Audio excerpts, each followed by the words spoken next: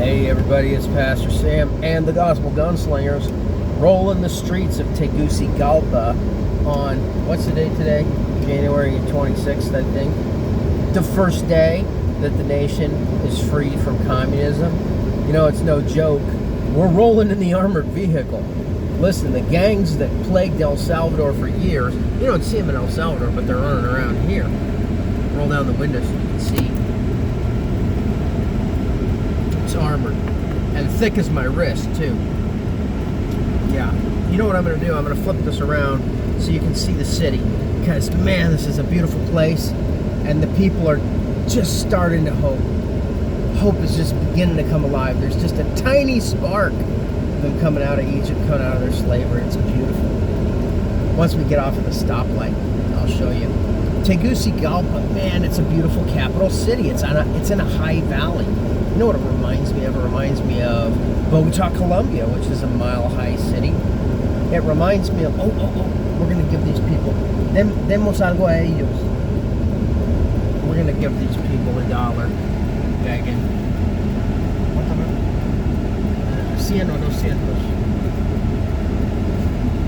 This is a very good bump. Something that they'll never, ever forget. Dios le bendiga, Todo va a ser bien.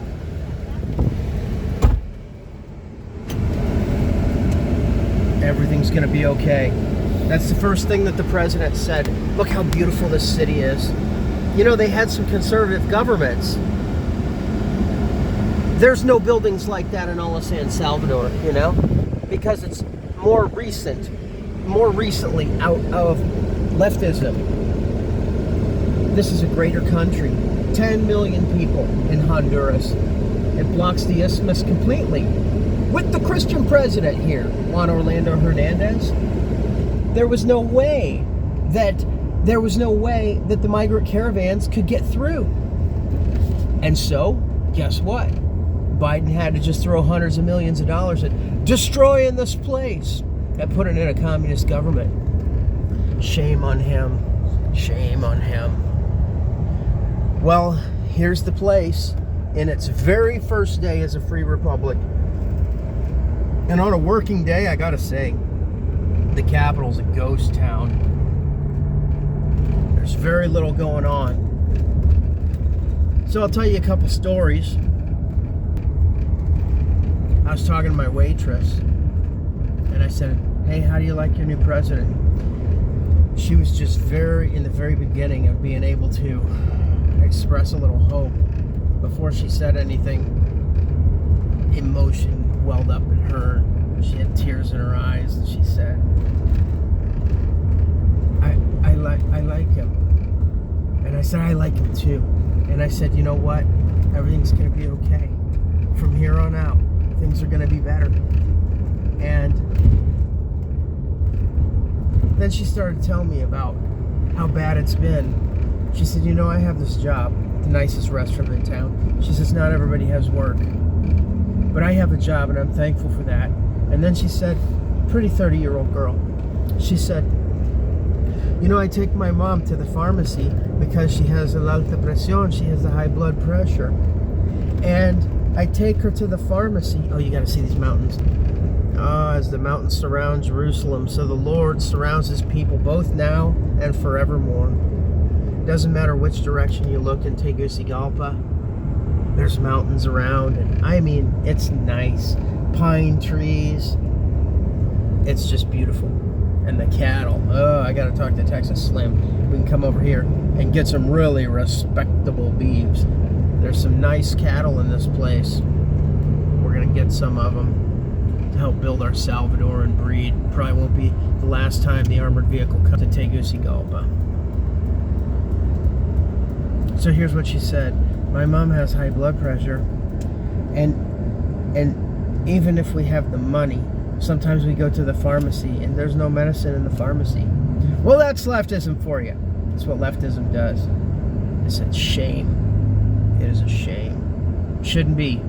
Those things should not be. They should not be. They should not be. Dele a la señora. Pues un billete chico. Es lo que hay. We're gonna give this lady $1 too. 50, 100. Bien.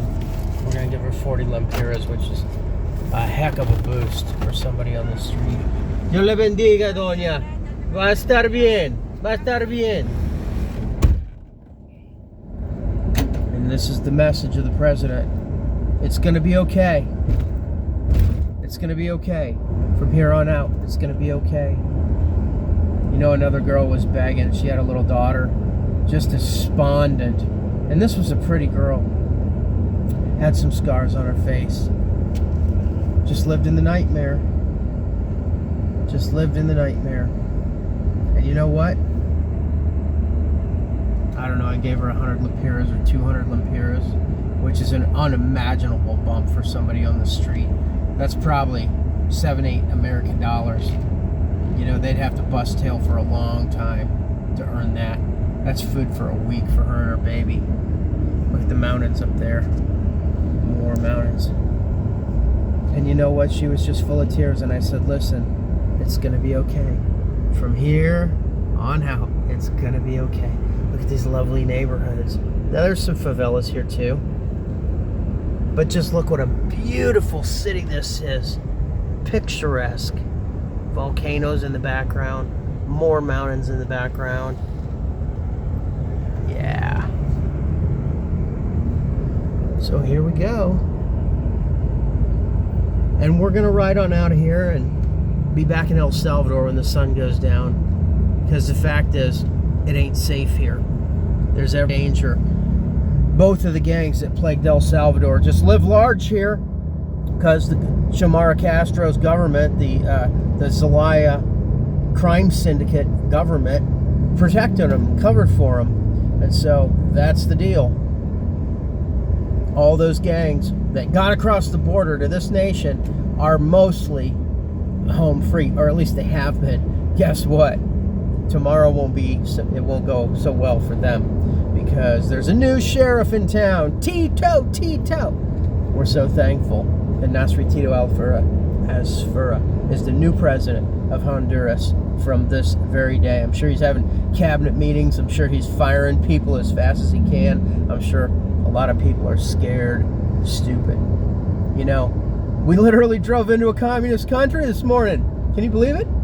Yeah, we came across the border and we got closely inspected by probably 4 or 5 different officials on both sides, some in El Salvador and some in Honduras. And I was just saying to my driver, I said, nobody noticed. You've got to open the doors to see what the windows are like, right? It only opens a few inches and you can tell that something ain't normal about this vehicle. Because this is rifle-rated armor. This thing's heavy as can be. It's as heavy as my dually with a pallet of shingles in the back, if you can believe that. Just because the doors are full of steel, and then I got this layered Lexan glass.